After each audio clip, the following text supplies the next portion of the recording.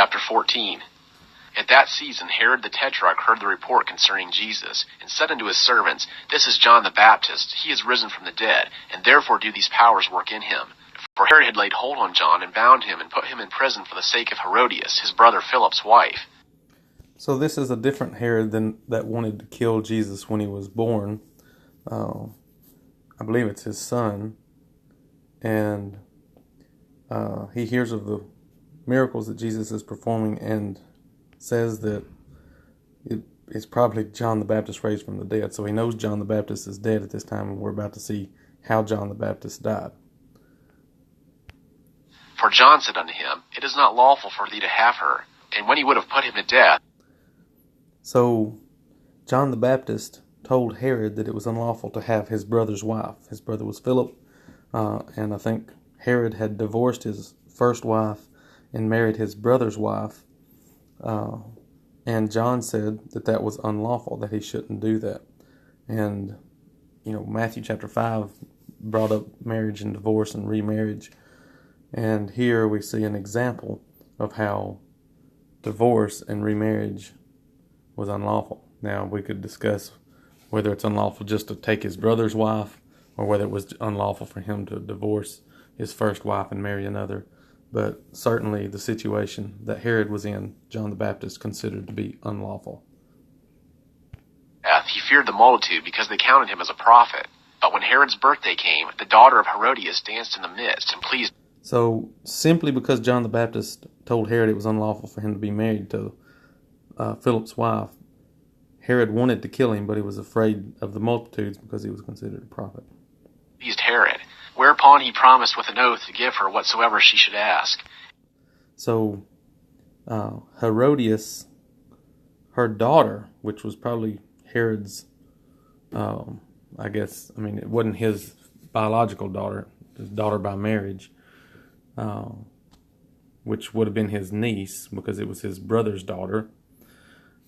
She probably had some provocative dance that he enjoyed and promised to give her whatever she wanted. And her mother said, Let's kill John the Baptist, kill his head off. And she, being put forward by her mother, saith, Give me here on a platter the head of John the Baptist. And the king was... That's some kind of present, birthday present, and I want John the Baptist's head on a platter.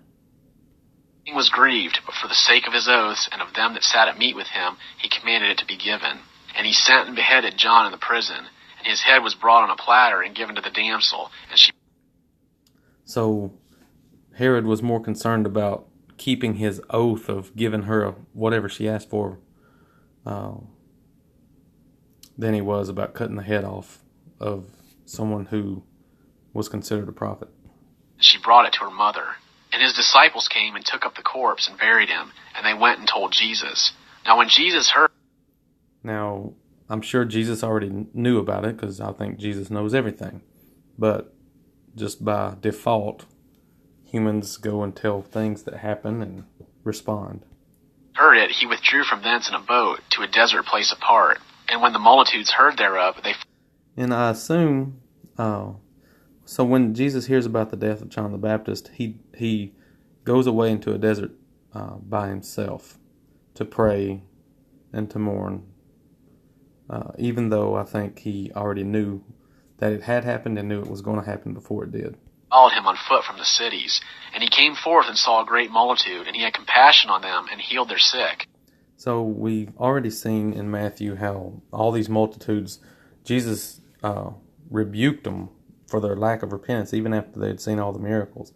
But still, Jesus has compassion on these multitudes, and he still heals their sick, even though they have impure motives and are not repenting and not following what he asks them to do. He still has compassion on them, and he still heals the sick. And when even was come, the disciples came to him, saying, The place is desert, and the time is already past. Send the multitudes away, that they may go into the villages, and buy themselves food. But Jesus said unto them, They have no need to go away. So I'm not sure what the time has passed. Maybe it's a time to eat, and they haven't eaten yet, and there's no food, so they asked to send them away. But Jesus has other plans. Give ye them to eat.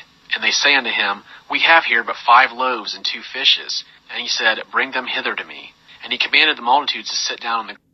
And so, even after the death of John the Baptist, it's interesting that immediately we have the example of feeding the 5,000 men with 5 loaves and 2 fishes. So we talked earlier about how they asked about fasting, and Jesus said, while the bridegroom is here, there's no need to mourn and fast, but when the bridegroom is gone, they'll fast. So fasting is what you do when you are in mourning, but they're eating immediately after John the Baptist, and immediately after Jesus had withdrawn by himself after the death of John the Baptist. On the grass, and he took the 5 loaves and the 2 fishes, and looking up to heaven, he blessed, and brake and gave the loaves to the disciples, and the disciples to the multitudes. And they all ate and were filled. And they took up that which remained over of the broken pieces, 12 baskets full. And they that did eat were about 5,000 men, besides women and children. So who knows, maybe 15,000 people, but just 5,000 men. And I don't know how they would count that or just estimate it. But clearly, they took up more food from the leftovers than they had to start with. 5 loaves of bread and 2 fish turned into, after everyone was full, 12 baskets full. And straightway he constrained the disciples to enter into the boat, and to go before him unto the other side, till he should send the multitudes away. And after he had sent the multitudes away, he went up into the mountain apart to pray. And when even was come, he was there alone. But the boat was now in the midst of the sea, distressed by the waves, for the wind was contrary. So Jesus again withdraws by himself, and the disciples get in the boat to go across what I assume is the Sea of Galilee. And once again, we have a great storm and great waves and wind. And in the 4th watch of the night he came unto them, walking upon the sea. And when the disciples saw him walking on the sea, they were troubled, saying, It is a ghost. And they cried out for fear. But first of all, you would think, especially whom Jesus' disciples were spending time with him, seeing his miraculous works and everything, that they would not have fear at anything, that they would have this comfort and peace and trust that God was in control. But yet they see someone walking on the sea, and immediately are filled with fear. We need to try not to let that happen to us today. We need to trust that God is in control and not let things scare us. But straightway Jesus spake unto them, saying, Be of good cheer, it is I, be not afraid. And Peter answered him and said, Lord, if it be thou, bid me come unto thee upon the waters. And he said, Come. And Peter went down from the boat and walked upon the waters to come to Jesus. So that demonstrates faith on Peter's part. You might contend that he just wanted to see a miracle or experience a miracle by Jesus allowing him to walk on the water. So it could be a little selfish also. Who wouldn't want to experience a miracle? But when he saw the wind, he was afraid. And beginning to sink, he cried out, saying, Lord, save me. And then that demonstrates his lack of faith. And maybe he did just want to experience the good without having to actually do something on his own part as far as trusting in God. And immediately Jesus stretched forth his hand and took hold of him, and saith unto him, O thou of little faith, wherefore didst thou doubt? So Jesus says Peter had little faith, even though he was the only disciple who stood up and said, I will walk out to you if you say I can. So he had probably more faith than the other disciples, but Jesus said he had little faith.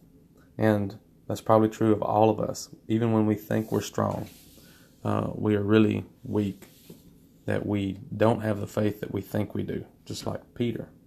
And when we look at Peter, we see great faith, but when Jesus looks at him, he sees little faith. And when they were gone up into the boat, the wind ceased. And they that were in the boat worshipped him, saying, Of a truth thou art the Son of God. And you would think they had already known that, but I guess this is another example. But everyone seems to forget how convinced they are that Jesus is the Son of God. immediately after the miracles they experienced. And when they had crossed over, they came to the land, unto Gennesaret. And when the men of that place knew him, they sent into all the region round about, and brought unto him all that were sick. And they besought him that they might only touch the border of his garment, and as many as touched were made whole. So we're in chapter 14, and it seems like in every single chapter, Jesus has healed multitudes of people. So that's the thing that stands out the most to me so far in the book of Matthew, is the number of people that Jesus healed. And it was not dependent on them being righteous or what they did, because many of them clearly had impure motives and selfish motives. Now, some of them, it says, according to your faith, let it be done, like when people are healed of their blindness. If they actually believed that Jesus could do it, then they would be healed. But that's all for chapter 14.